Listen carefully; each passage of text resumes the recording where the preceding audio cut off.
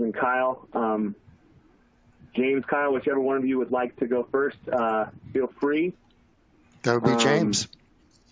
That'd be James, okay. I want to thank everyone who's in so far. There'll probably be a couple more that'll straggle in, but I want to thank everyone that's here. For those who don't know, we are Zunesis. We've been a HPE Platinum partner for the last 16 years. Every 14 seconds, a business is a victim of a cyber attack. So we're thrilled to have James and Kyle here to present to you today about how to fire up your data security. So I'll go ahead and let them take it away. All right. Thank you very much. So yeah, my name is James Morrison. I'm a cybersecurity technologist for HPE. I've worked with them for about 10 months. Prior to that, I was a 22-year veteran of the FBI working out of the Houston office, working cybercrime and cybersecurity, with across the different verticals here in Houston. Prior to that was 8 years Air Force, working communications and network administration in the pre-internet world on different systems. And I've been kind of doing programming and stuff like that for a long time. One of the goals we have here today is to kind of really just sit down and talk about security and talk about the reality of the world we live in. One of the first things I always tell people is that you're all a target. And I know sometimes we don't want to hear that. We may even, our security posture may be something along the lines of, well, I'm not big enough to be a target, or I'm in a really strange vertical like retail, and that doesn't matter to the groups that are out there running these cyber attacks. Every company has a 1 in 4 chance in any particular calendar year of being hit by a cyber attack. And the statistics are 1 every 11 seconds for ransomware. Ransomware, especially across the COVID pandemic, has really expanded even more than we've seen before. We've just seen a number of very high-profile attacks. Just last week, we saw United Health get hit. A week before that, we saw the first fatality from a ransomware attack in Germany, where a hospital got hit and a woman was unable to be transported to another hospital before she passed away. Ransomware is going to, it's going to happen. So what we need to start doing is having a better conversation around it and about not necessarily prevention, but at least having an incident response plan in place that will say, here's what I plan to do when this happens. Because it's not a question of if, it's a question of when. Also, what we started to see is a market increase in the amount of money being asked for by ransomware groups. The average in the end of last year was $250,000, but that number right now is almost $500,000 per ransomware attack. And we saw some very large ones this year, including the University of California, San Francisco Hospital paid a $1.16 million ransom. Garmin is estimated, or at least rumored to have paid as much as $10 million to get their data back. And Honda Motors got hit, and no one's really sure how much they paid. Please be aware of that. Please understand that ransomware is going to continue to be a constant threat to us every day of our lives. I often get this question too. Somebody says, well, why is the threat greater today? And I track it back to 2013 when the Target attack occurred. And what was kind of interesting in the Target attack is that a criminal group breaks into Target, steals all these credit cards. But what's kind of sad is they did all that work and they made no money. Credit cards are one of the hardest things to sell on the black market, because all a bank has to do is cancel them, and they're useless to the person purchasing them.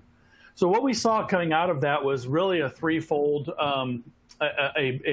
explosion of cybercrime into 3 different groups. Number one, we saw a big increase in the dark marketplaces. The dark marketplaces are a place where I can go and sell those products I steal. They're places that I can go and advertise software or ransomware or denial of service attacks that can be purchased or leased. And in addition, I pay everything in Bitcoin and in cryptocurrency. So the ability to track any sort of transactions is almost impossible.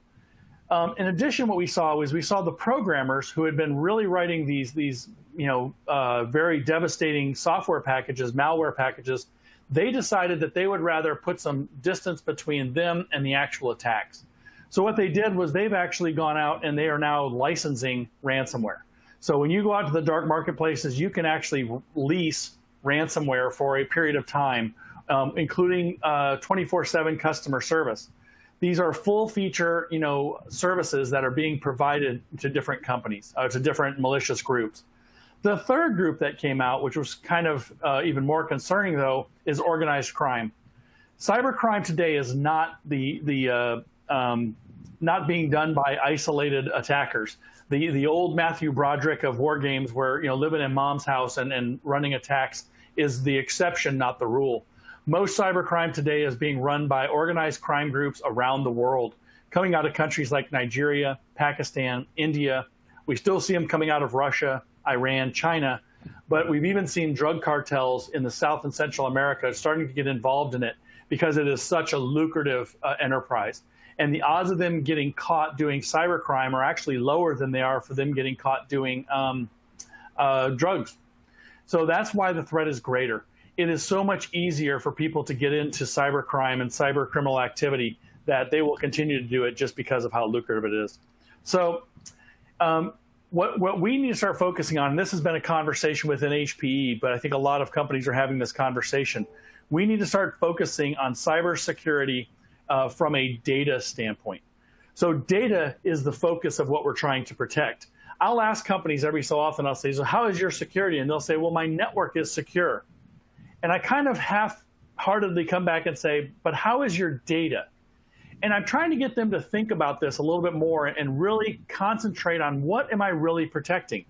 Do I really care if somebody goes in and wrecks my server, or not my server, my switch or a router? Not necessarily.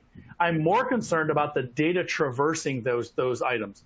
So when we started having this conversation around data security, we first had to recognize that data exists in 3 states. Data exists at rest, so sitting on a file server. Data exists in motion, traversing our network. And data exists in memory, inside of our servers, inside of our virtual machines. So security needs to be focused on those 3 segments and how that data exists in those 3 states. Because in addition, what we're starting to see is that the criminals, especially ransomware, have taken another turn, which is, kind of spells a lot of danger for us and enterprises. They're starting to focus more on the server themselves and not the endpoint. So when ransomware first came out, ransomware focused a lot of times on just any computer they could encrypt. But now what they're really focusing on is they're focusing more on the servers, especially data servers. And so with that, they're also trying to figure out how to gain a persistence inside of that network. So let me explain what a criminal will try to do, a hacker. When a hacker gets in your network, they have 3 focuses almost immediately. Number 1 is to move laterally across your network. They want to get as many computers infected as they can. Number 2, they want to get escalated privileges. They want to get a system administrator to log in so they can steal that credential. And then number 3, they want to actually gain persistence so that no matter what you do, whether you reboot, whether you reload, they're able to reinfect you. So that's our reality. That's what we need to have a better understanding of, is that that's what they're trying to do. If I can gain sysadmin rights, I can then launch an attack against the hardware or the firmware of a server. I can then launch a malicious change to one of those products. And that has been sort of the trend that we've seen over time. In addition, we've seen some attackers be able to get into the RAM or get into the cache of a server and hollow out a process inside of memory and drop a malignant packet inside of that memory. We have to recognize that by losing sysadmin rights and somebody can gain access to a server even remotely, they could then take all sorts of actions against that server. That's our current reality. So this threat will never go away. Please understand that cybercrime is here to stay. It was a $1.5 trillion hit last year to the global economy. It's estimated by next year it'll be a $6 trillion hit to the global economy. And firmware is the target now. So what that comes to is that when we look at engineering servers from HPE, we needed to start thinking about it a slightly different way. So initially what we did is we looked at security tools that were already on the market. And what we realized is that almost all the current security tools on the market only protect at the apps, the OS, and the VM layer. So instead, what if we could actually protect the server at the hypervisor level, at the BIOS level, at the CPU level? So that became the focus of our server security. So what we did is we created a product called Silicon Root of Trust. And Silicon Root of Trust allows us to guard the integrity of system firmware. And what we can do, why these are going on their own. So what that allows us to do from Silicon Root of Trust is that I can now guard the integrity of my system firmware. As my server boots, I can make sure that the server is not, its software is not being modified externally. So what we do is HPE actually controls its own silicon. What that means is we create our own BMC base management controller that we put on every one of our servers as the ILO 5. And that ILO 5 is the first thing touched by that server when you power on. It reads a fingerprint from that chip that is then used to validate every stage of the boot process all the way up until it reaches the operating system bootloader. So with that security, and then plugging that into the AMD secure processor, we can also use that same fingerprint to ensure that the hypervisor within your server has not been modified as well. We can also use that to validate that none of the virtual machines inside of our server have been messed with. Also, when we plug that into the secure the secure processor of the AMD processor, we can then also look, and I had those reversed, I'm sorry. The encrypted virtualization allows me to see that the hypervisor has not been modified and that any of the virtual machines inside of that hypervisor have not been modified. In addition, through the secure memory encryption, we can make sure that any process running inside of RAM has not been modified. Now, some people ask me, why does that matter? And if I had more time, I'd tell you a story about why having data encrypted in memory is important. But just realize that if somebody can gain physical access to that server, they can win, and they can steal that data, even from the front panel of the server. So when we look at it from a security use standpoint, and we realize that more of our data is pushing to the edge, recognize that the data at the edge we want to make sure that that data is protected inside of that memory encryption. So secure memory encryption makes sure that a server that might be outside of the normal data center is protected. So should somebody gain physical access, they can't do anything about it. In addition, as we move our data from the edge into our virtualized environments in our private cloud, we can then make sure that the data is further protected inside of those virtual environments. And when we couple that with the foundational Silicon Root of Trust, we can actually validate that nothing has been modified while the server is running. By doing that, we can actually, if something has been changed, we could actually reboot that server to the last known good. We could reboot that server to the baseline, or we could even freeze that server if necessary. So that's how security is built in all the way to the hardware level. So when we look at an HPE server, one of the things that we want to make you understand is that we can validate this server all the way from its birth to its grave. So we protect the supply chain of that server from the beginning of its life until the end of its life. And we create this unique firmware protection using the secure encryption, using the Silicon Root of Trust, using a secure supply chain. We can validate against runtime attacks. We can use things like InfoSight, which is a machine learning, a data network analytics tool to apply behavioral actions across all of the InfoSight terminals. And we can also build in compliance into that server. So when we look at things like GDPR and CCPA, which are privacy regulations, we can validate that our server helps you be compliant, keep that data secure, and we even have a high security state that will allow you to validate that server against FIPS and some other NIST validations. And then at the end of the life, when you're done with that server, with one button, you can do a secure military-style erase that will erase all of that data from the server and make it unusable until you reload it. What that means is that when you look at an HPE server, that means that we are different from other servers. Some server manufacturers would tell you that a server is a server is a server, and we definitely don't believe that. So what we did is when we created the Silicon Root of Trust, we took our server out to an external third-party penetration testing company and said, test this against our competitors and tell us what you think. That company, Infusion Points, came back and said, our server, this was 2017, our server was 2 generations ahead of any server on the market at that point in time. In addition, they said that this is the world's most secure industry standard server. So we are not creating that term just as marketing. We're creating that based upon the industry leading technology that we deploy. In addition, we didn't just stop there. We went out to Marsh, which is a big insurance provider, who was creating a program called Cyber Catalyst. And what Cyber Catalyst is a technical evaluation program that will look at different cybersecurity products and designate whether or not they have a positive impact on cybersecurity. What they did was in 2019, for everybody to submit products, and 150 products were submitted to Marsh. Of those 150 products, 17 were designated as Cyber Catalyst, meaning that they have a positive impact on cyber risk. We were proud to note that we are the only server manufacturer to have our Silicon Root of Trust validated by the insurance industry as having that positive impact on risk.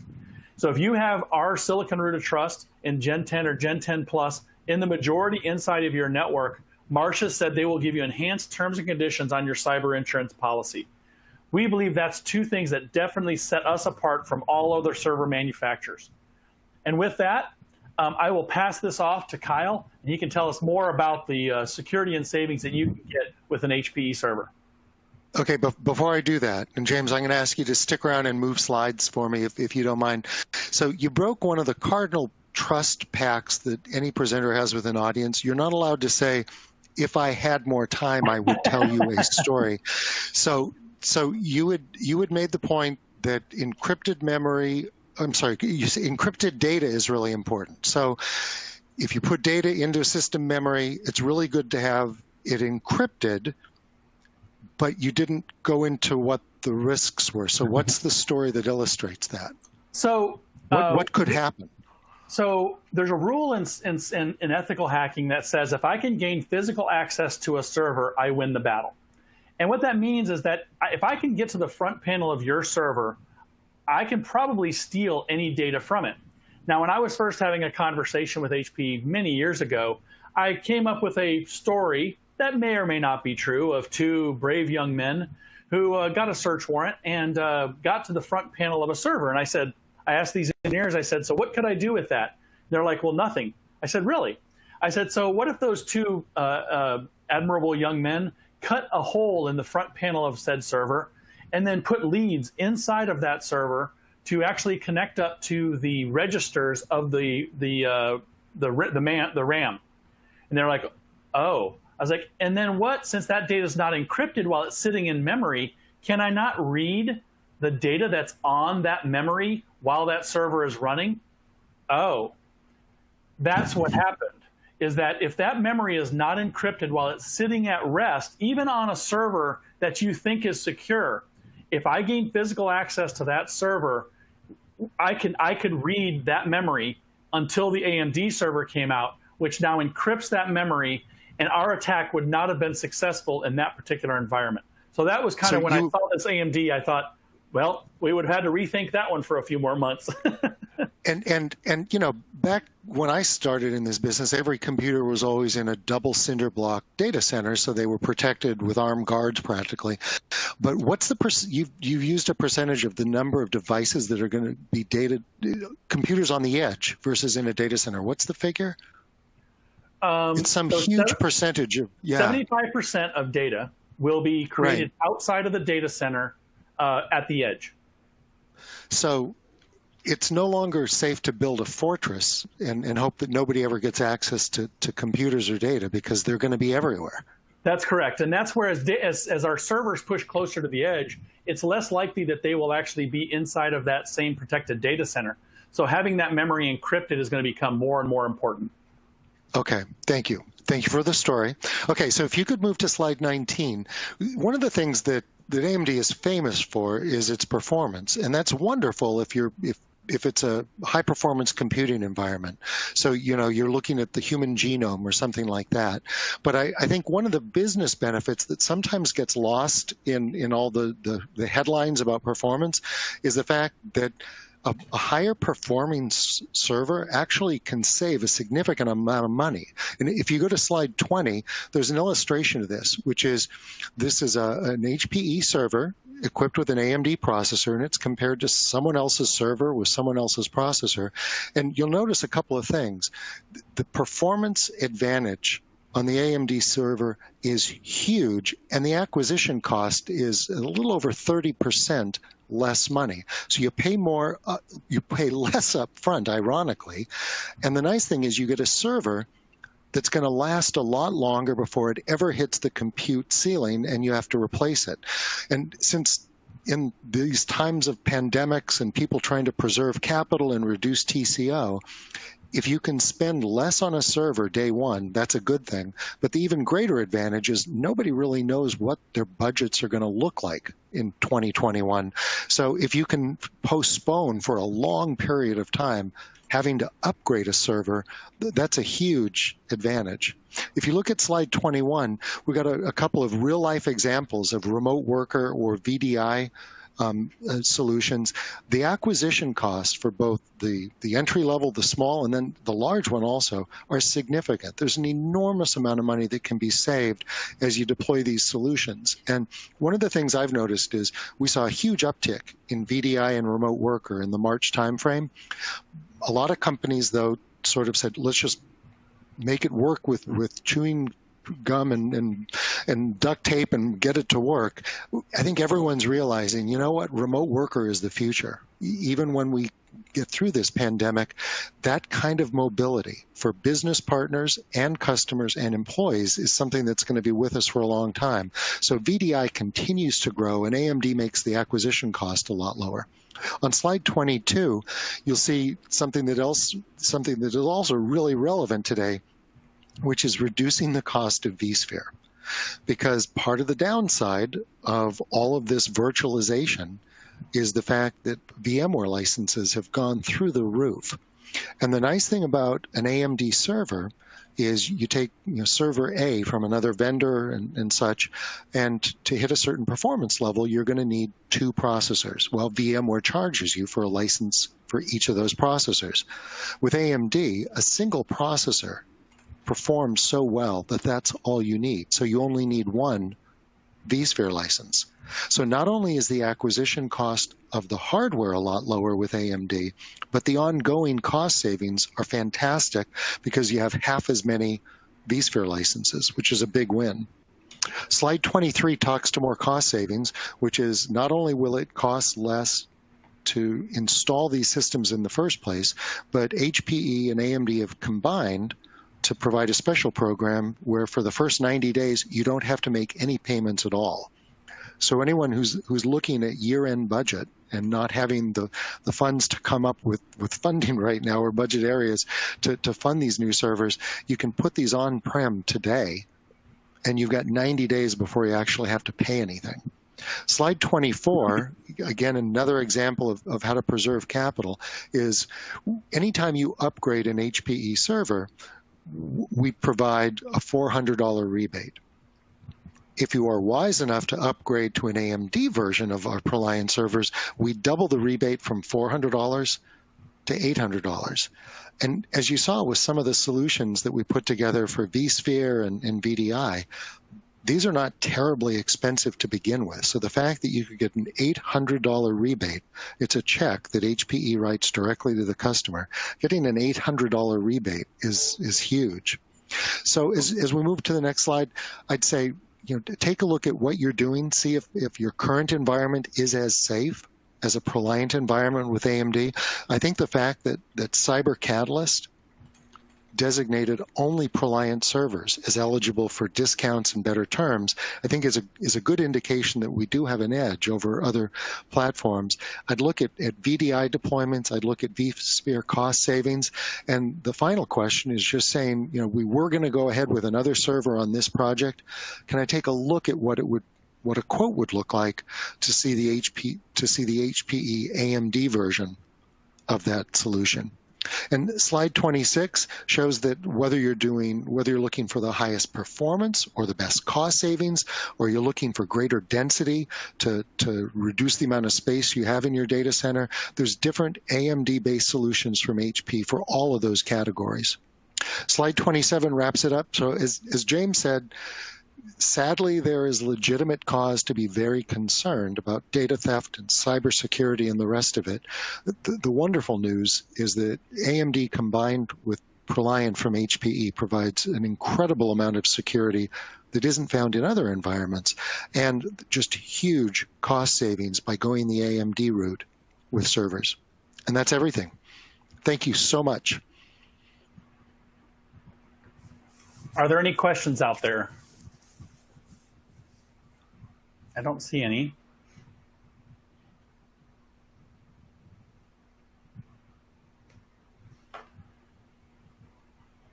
Well, with that, I guess we will pass it back. Yeah, thank you guys. We appreciate it. Yes, that is it for your portion. I guess we will hand it off to Dave Weber. Yeah, you guys can hear us and see us? I can definitely hear you. I said, can you hear us and see us? Yes. All right. Hello?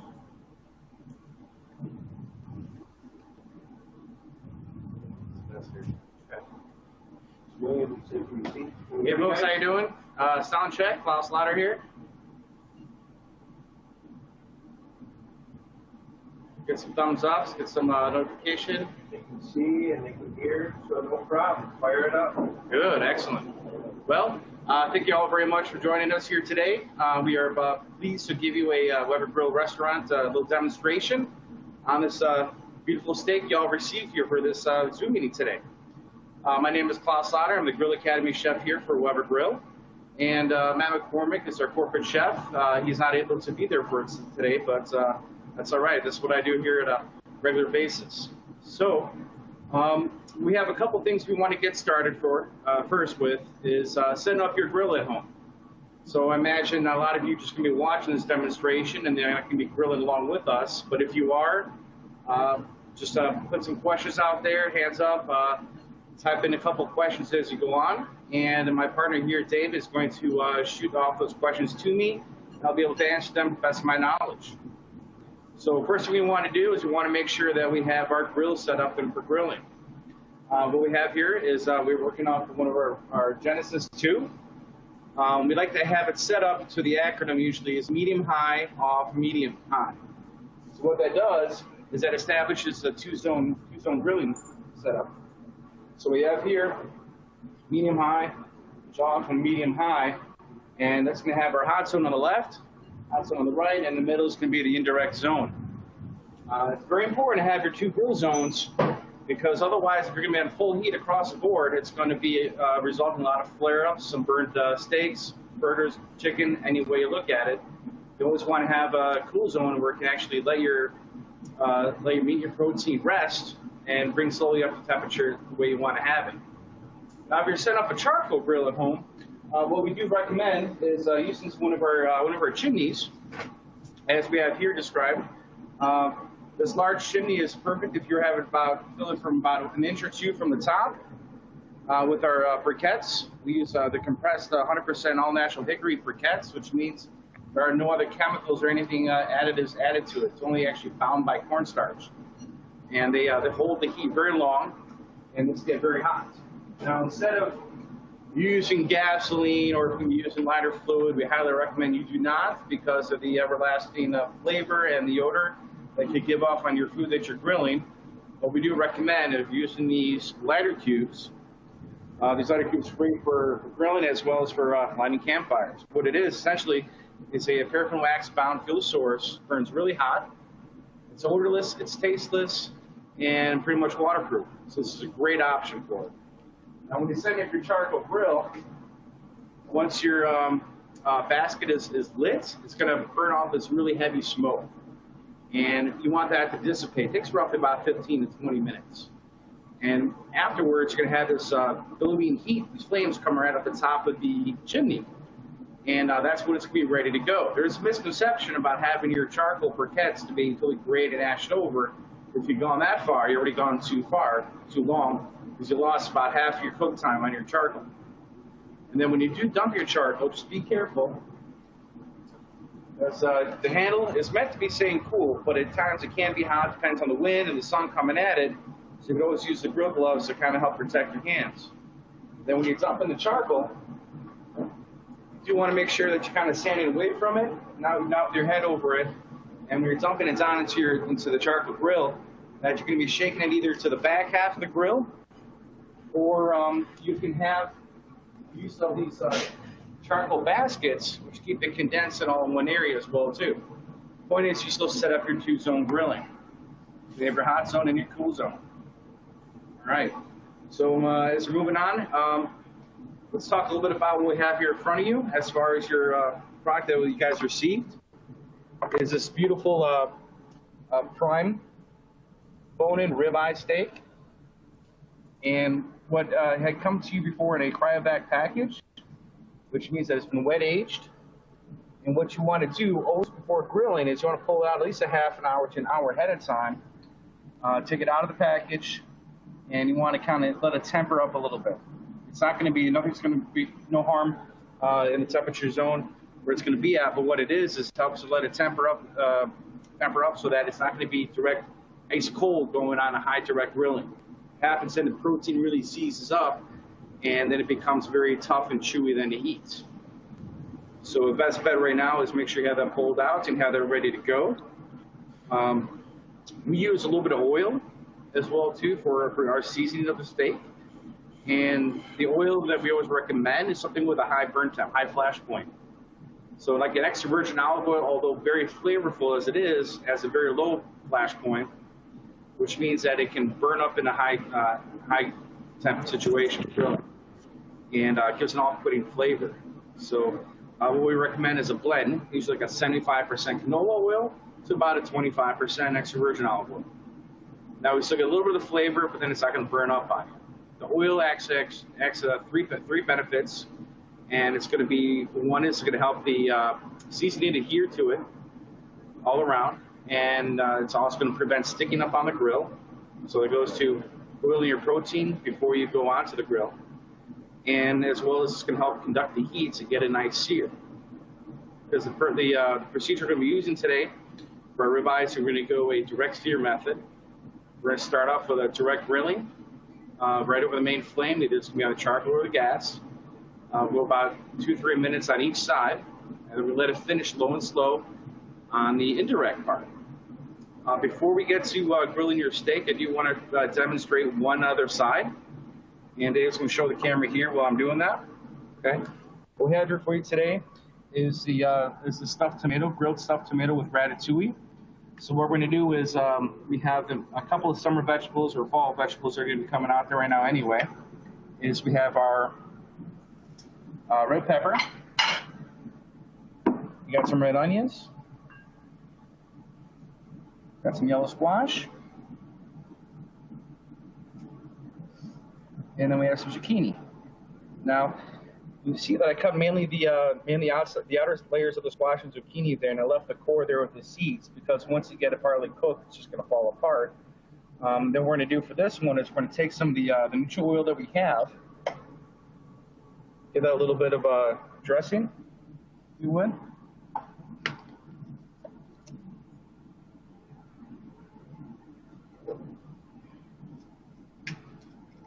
Make sure it's all mixed up really well.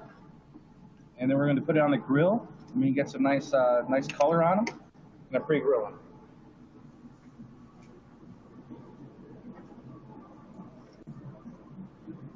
Just something you want to do ahead of time. Obviously, whenever you're working with doing a complete meal on the grill, you want to have all your mise en place ready to go. So when it's time to eat your main course protein, then you can have everything else ready to go. Mise en place is a French term for everything in its place.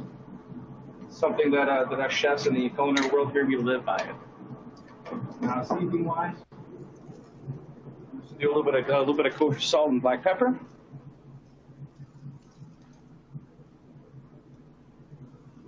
Let that close up.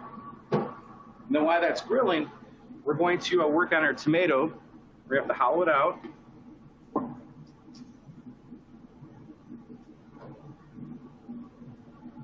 Okay.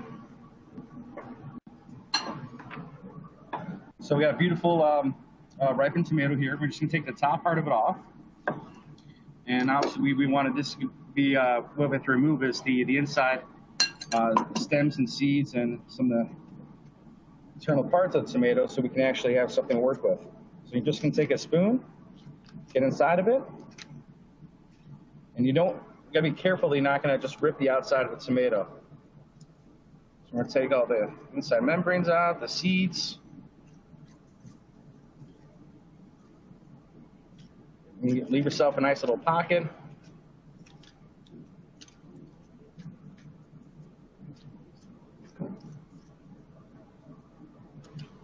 There we go. That should do it. Set that aside.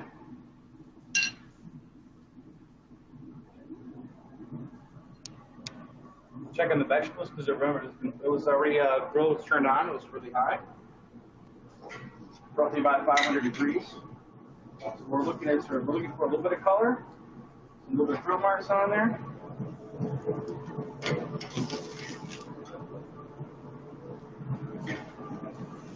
And we'll blister a little bit more on the skin side of it.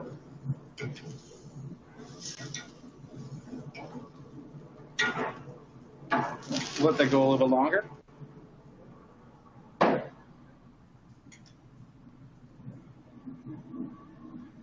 Okay.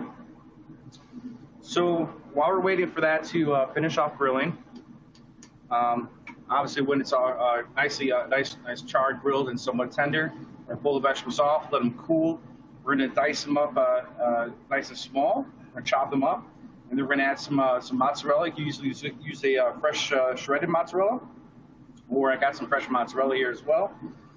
We have some fresh basil, a little bit of balsamic vinegar, and so it's kind of a little like caprese style. So you got the tomatoes there, you got the fresh basil, you got the fresh mozzarella, balsamic, all pairs together great. Even though it is already fall time, it's still want to start thinking about summer. Now, as far as talking about our steak itself, there's a lot of questions exactly what distinguishes the different grades between the meats. Now, what we use here in the Weber Grill restaurant, for the most part of the menu, is certified Angus beef, which is the upper third choice. So you have different levels of grades, which is select, choice, and on the upper third part of that is going to be the certified Angus beef, which means it's only about 10% down below what prime is. And the prime is the steak that you guys have out there in front of you right now. What really determines that is not really just the steer or the cattle being used there for, but it's more just through the diet, through the nutrition, through the upbringing, is the marbleization. Now, if you look over here at our steak here, Dave's going to have a little close up onto it. The marbleization is all that fat marbling that's all throughout here. Now, this is not really the leanest cut of meat that's out there, but it's one of the most flavorful because of that marbleization, because of the way the fat runs here between the muscles. Remember, this comes off the subprimal cut, which is called the rib loin, which is for what I'm sure all of you are very familiar with, is the prime rib. And roast prime rib, as you know, is just absolutely delicious. There is a good amount of fat content inside of it, but after slow roasting it, it becomes so tender and juicy that it's just pretty much just you can cut it with a fork. So that's why we always recommend, if you're going to get a ribeye steak, you don't want to go anything less than a 16 ounce.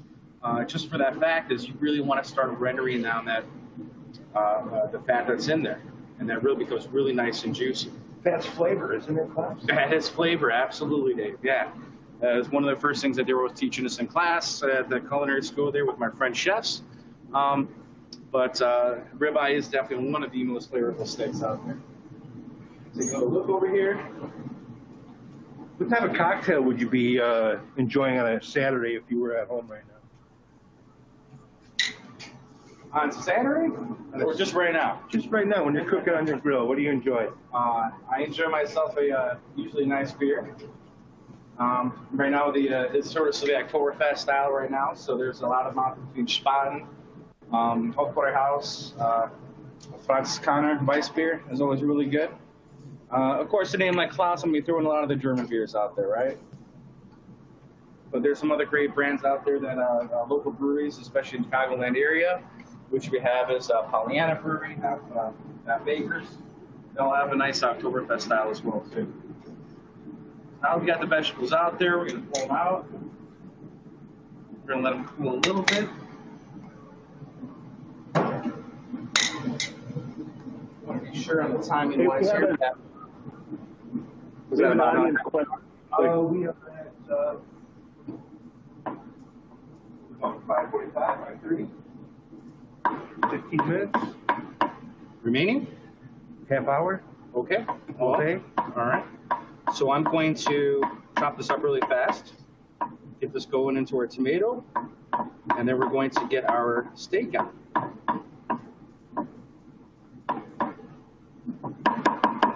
We have an audience question.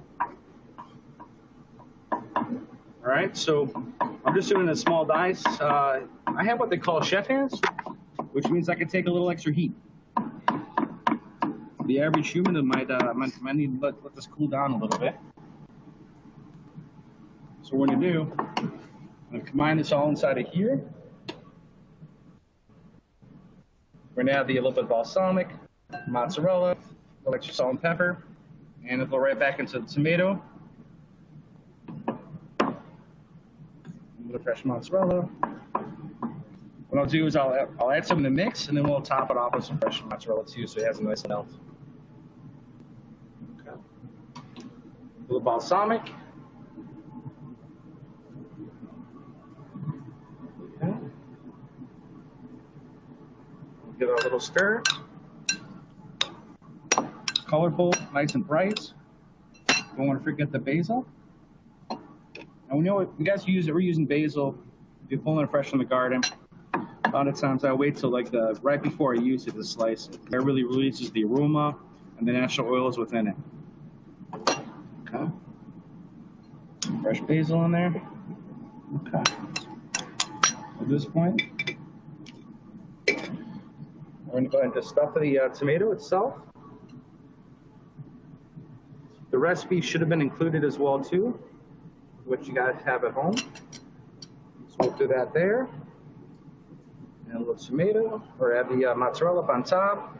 And what would help if you take just a little bit off the bottom, so able to stand nicely when you're grilling it. Okay, so that's good. What I'm going to do next is we're going to work on the steak. So that tomato is about ready to go on. Because of the sheer size of the steak, if you were to put it in there about the same time, it should be plenty of time to get that tomato to be heated all the way through and the cheese melted. So what I'm going to do is I'll take my little garniture off of here. We'll try to make it look nice. We're going to take our oil, give it a light coat here, light coat here, and we are going to use our Chicago steak seasoning, also offered by Weber Grill.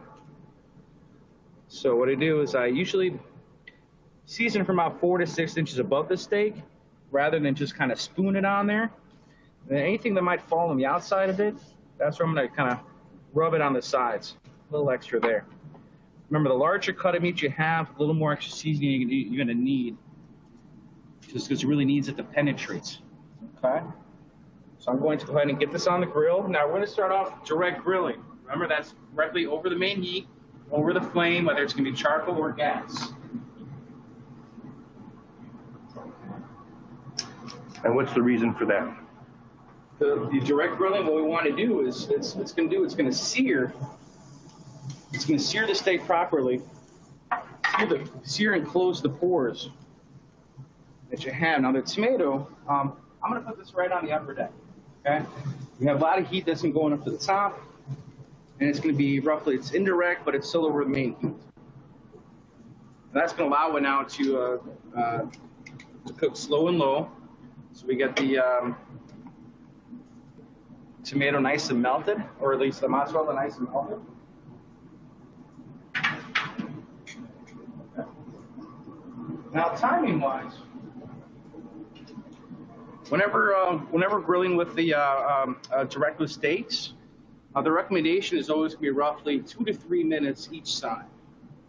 And so by that way, it allows a good sear on both sides of the steak. Now, if you really want to get those beautiful cross hash marks, let's say we go 2 minutes, rotate about 90 degrees, find a new spot on the grill, rotate 90 degrees, new spot on the grill, and let it go for about another minute to get those cross hash marks on. The reason why we moved to a new part of the grill is that spot you were just on, you used up all the energy right there already, because all that main heat was going in there. That big steak there just kind of took all that energy off.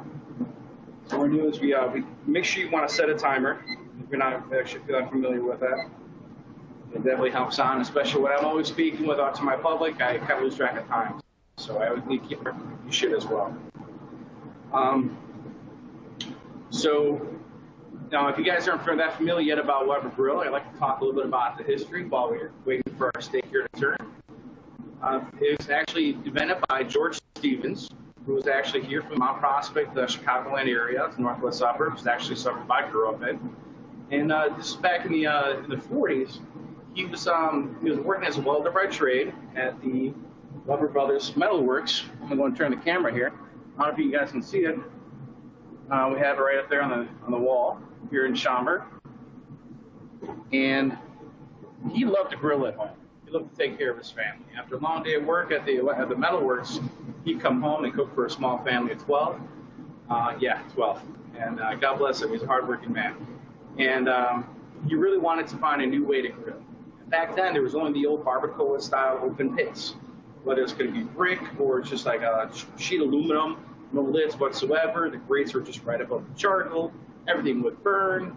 You'd have the elements, especially Chicagoland area here. You can't go 4 seasons long. He was determined to find a new way.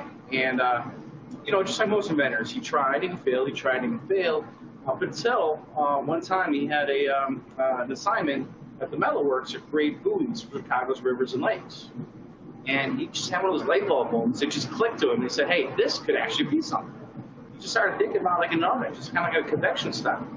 So he seared that thing in half, soldered it in half, and then he had a couple holes up on top and as well as the bottom here to create a whole damper system like a vacuum. And sure enough, by 1951, the kettle grill was patented, ready to roll. 1952 is when it hit the market. Now back then, it wasn't called the Weber Grill. I mean, it was still George's Cooker. Let's give a little check on our steak here. We're going to give it a rotation. We'll go back to the story then. Okay. So we already got some beautiful marks on that. You can check that out. Okay. So from here now, we're going to rotate it like a new part of the grill. So all the energy was used up. And we're going to put another 2 minutes on there. And there we go. So, 1952, he called it George's Cooker. Okay, it was a really unique thing that's out there. You got to think about it. There was nothing like this out there in the first place. In fact, all his neighbors were kind of joking, looking over the fence, saying, "Hey, man, what's that? Sputnik?" It's like the old Russian satellite. It was just like the small little kind of round unit with like these 3 legs on it, kind of like the satellite. But obviously, it's really taken off. By 1958. It was selling so great, and the Weber family was actually looking to move on. So he was so thankful to them, he actually bought them out. They were already producing the grills there as is. And then Weber Stevens Products LLC were born. And then he went and changed the name to the Weber Grill. And since then, we've grown into about 35 plus different countries for retail. Obviously, the most well-known grill brand that's out there in the world. We have grill academies in about 13 different countries. We're talking everywhere from Chile to Mexico to Canada to France to England to Germany, very big. Really shocked, actually, a little personal story. My wife is from a very small town in northeast Germany, and I was really amazed to just walk through a little town there and see a big display there from Weber Grill. So, I mean, it really does get around. But we only have 5 restaurants, so we have the one here in Schaumburg. We have one in Lombard, which is for Butterfield. We have the one downtown in Chicago, right off Ohio Street in Grant. And then we also have Indianapolis, just down the street from Lucas Oil Stadium. And the newest location with the built-in Grill Academy, makes me a little jealous, is the Galleria Mall in Baldwin, just outside of St. Louis in Missouri. Okay, so we're about close to ready to flip our filet over, or our steak over. So Dave was already saying you're just making one today, you know, but hey, you know, it's like I think the two of us can definitely share on this one. All right. How we doing on time, Dave? About 15 minutes. Okay. Awesome. Look at those grill marks. Look at those grill marks. Okay, now I'm going to move it again to a new spot. So we use the other one now. That's exactly what we're looking for. Now, the tomato itself, you can kind of see that it's already starting to wilt a little bit. The cheese is starting to melt too. But now we have this. We always want to make sure that whenever we're grilling, folks, you really want to make sure that the lid is always closed when you're grilling. You only have it open just to take care of your business really quick and then close the lid again. So every time you pop the hood, you lose roughly about 200 degrees in the internal cavity, because that's how these are designed. Whether it's a gas grill or a charcoal grill, it looks like a convection oven. And you lose all that internal temperature every time you pop that lid. I know. You see smoke that's kind of billowing off the grill, and you're urged to go ahead and just open it up and kind of take a look at it. But that's why you want to make sure you look at some of the grilling guides that are out there, trust the recipes that are there, the temperatures you have, your zone of cooking, and you have to let it go. You have to let go sometimes. Just kind of trust. Too much looking, right? Too much looking? What they say, Dave, is if you're looking, you're not cooking. So we have just a couple minutes left on this grill here. And what we're going to do is we're going to move it then indirect. Now, again, what this is going to do is we'll let it finish, the steak finish off to a beautiful medium rare, which is going to be about, when it's complete, 125 degrees. Now, medium rare is roughly about 125 internal temperature. Medium is going to be about 140, right around that mark, 140 to 145. 155 for medium well, and if you want to go for well done or above, it's going to be 165 degrees. Recommendations: every time that you guys are grilling, make sure you pull your steak off roughly about 10 degrees below your target temperature. And the reason is this: you want to let your meat rest before you slice into it. The bad side, if you were to cut right into it pulling off the grill, it's going to bleed out on you. All the juice would come out, and it's going to be a little bit tougher than you imagined, or a little more well done than you imagined. So you want to let it rest for at least 5 minutes. And that's where you can have this carryover cook time. So it's going to allow it to slowly get there. Remember all the juice and the blood inside of that steak, so it's all going to boil in between it. Medium is going to be more of that hot pink center. Medium well is going to be hot, barely pink. Medium rare should be like a warm reddish center. And rare would obviously be a cool red center. Okay. Jonathan wants to know, you use the metal pan for your preparation. Is there any differences between glass and plastic or metal? Oh, well, for prep, these are like just little silver prep trays that we have here in the grill class. Whether you're using ceramic at home for your prep or if you're going to be using plastic, it's not really going to matter as much. It all depends if you're going to be roasting, though. If you're going to put it in the oven, you want to make sure you use something that's going to be oven safe. Cast iron is always one of my favorites. We have plenty of cast iron around here for skillets, as well as for the gourmet barbecue system you might find on our grills, which is a little open center. All right, so we just reached our next point here, which is about 2 minutes up. All that nice fat has been rendering down. That's why you got a little bit of flare-ups there. Turn this guy off. Now at this point, it's going to be at the indirect side of it, right? Okay. The indirect side, we're just going to go ahead and let this cook slowly, and you can take a look to see where your temperature is at this point. Okay. Yeah. We want to go in from, if you go straight down, people have a tendency to kind of push all the way down to the bottom of the grate, and they're registering pretty much the temperature that's coming off. So you want to go off on the lower section here, like in between, so you get right to the middle. So remember, the tip of the thermometer is where it's going to be taking the main temperature. So you want to make sure you kind of come at an angle. You work your way to the middle. And what I have right there is about 93, 92 degrees. Now, if you get to the little thinner parts, and on the outer side of it, that's where you're going to be running into a little bit of warmer temperatures. Okay, so we want to go ahead and make sure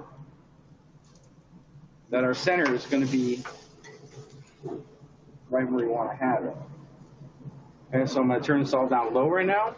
Our tomato is good. I'm going to go and pull that off before we lose that. The tomatoes is somewhat fragile, if I may. Excuse me. All right.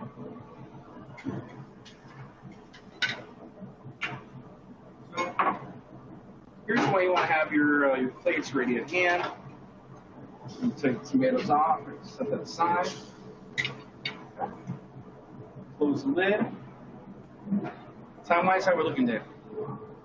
About 5 more minutes. About 5 more minutes. Okay, be a perfect time for that. So once again, it's like I'm going to show you the finished plate here shortly. I know you guys are going to lose me here in a second and going back to your meeting. On behalf of Weber Grill, I do want to thank you all for joining us. It's definitely been a pleasure, and we're welcome to come out to you anytime as well. Don't forget, we do a lot of catering as well. Is it okay to tame your flame with a spray bottle? Tame your flame with a spray bottle. Is it okay to tame the flame with a spray bottle? Oh, okay. If you're talking about putting your putting the flare-ups down, then you use the water. Yeah, you can do that. It's going to lower the temperature you have on the grates. But typically, what's going to cause the flare-ups is going to be a lot of oxygen going into it. And then every time you leave it open too long, especially cooking burgers with an 80-20 mix and a lot of fat content, that's where it's going to cause a lot of flame. We had ours over on the direct flame, but we moved it over to make sure it's indirect, and you saw that flame went out. So it should be done here shortly. We're going to be losing here pretty soon, so I'm going to make sure I get that steak out here now for you. You can finish up. What's that? I said you can comfortably finish up. Okay. All right.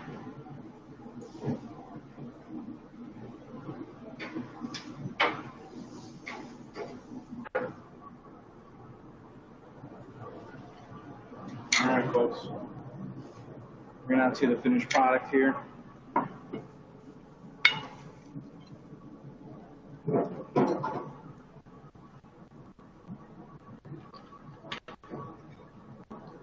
Gary said thank you for answering the questions.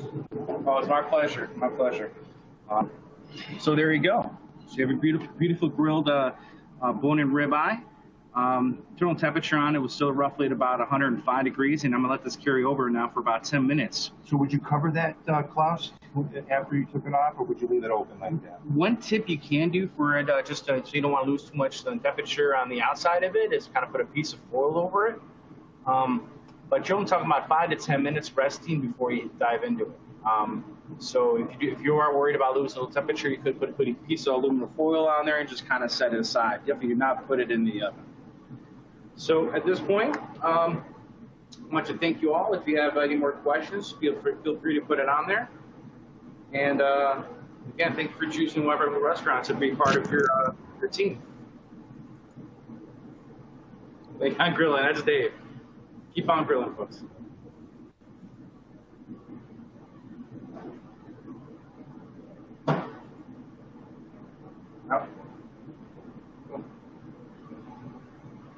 I like it a lot. I like those lot and those shit.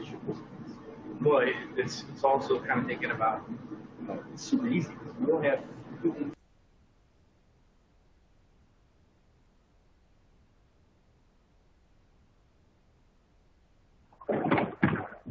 Thank you for attending, everyone.